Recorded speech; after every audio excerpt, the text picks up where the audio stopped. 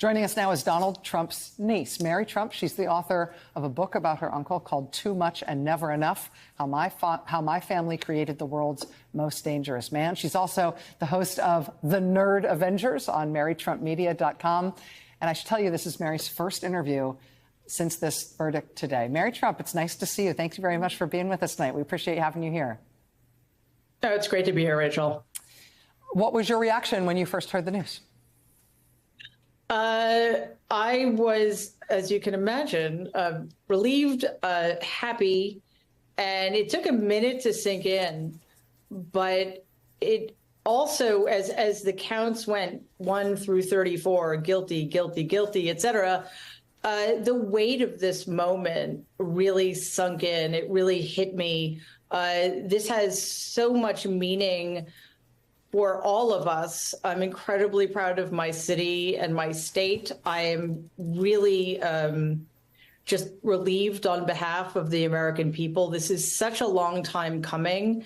And I know that he's been found guilty of the charges that were presented to the jury, but in some ways it feels like it's standing in for all of the other crimes this man has gotten away with his entire life. So there was something just incredibly gratifying and moving about it. And I've heard people say that we can celebrate the jury system, we can celebrate the jurors and the way this trial was handled, but it's a dark day in America that somebody in Donald's position has been found guilty of these crimes. And I would respectfully disagree. I think it's a great day for America. I think it shows us that in some instances, when it really matters, the system is holding, and that even somebody like him, who has with impunity gotten away with some of the most egregious crimes over the course of decades, has finally, at long last, been held accountable.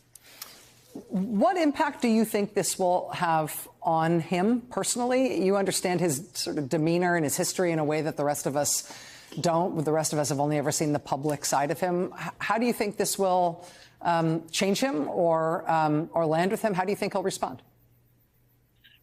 You know, it's interesting. I heard Michael Cohen say earlier that Donald is somebody who will never take responsibility and will always deflect and cast blame to anybody else. And, you know, this is something he learned at the knees of my grandfather, who taught Donald the same thing. You just never take responsibility for anything. We saw that during his disastrous 4 years during his administration. He never takes responsibility for anything.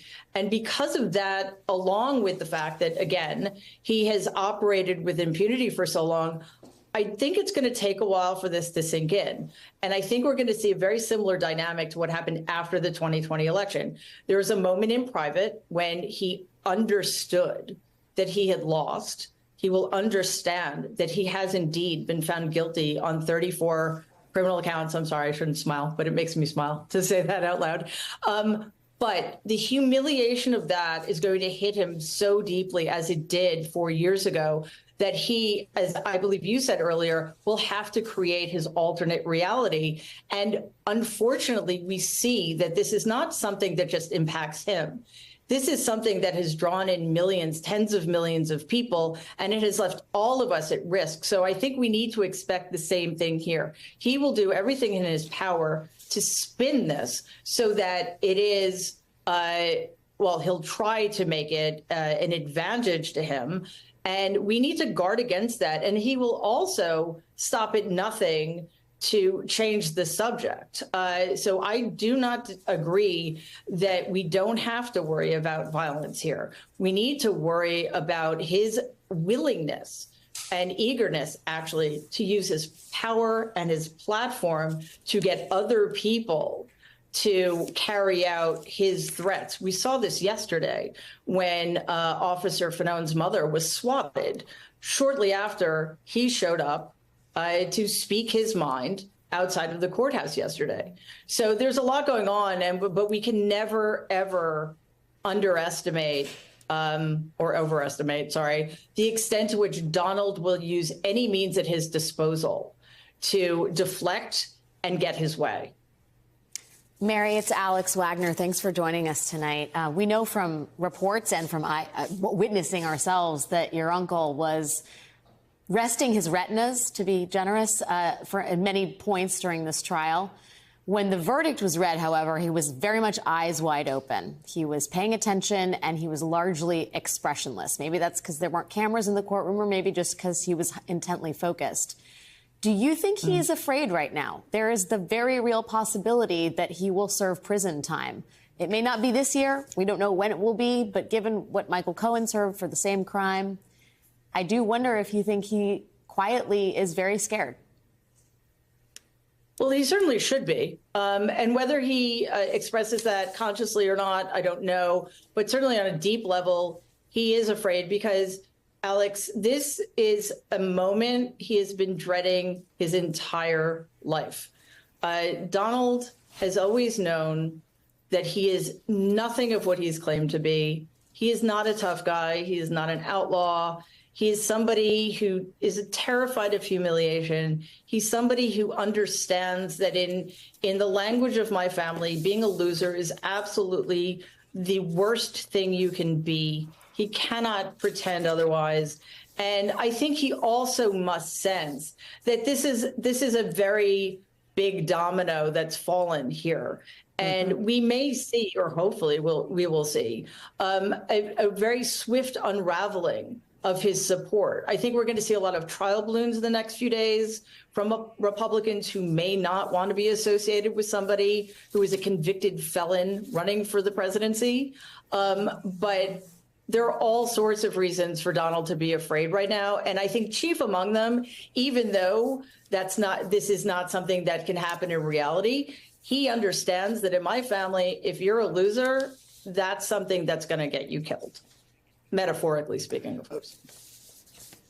Mary, it's Lawrence O'Donnell, and I wanted to follow up on that loser point because I watched your uncle in the courtroom for so many days, and with Michael Cohen on the stand and others, and your uncle was sitting there as a salesman that he always is. He's always been trying to sell something. He was trying to sell those 12 people on a story he wasn't willing to say himself. He wasn't willing to get on the witness stand and testify about.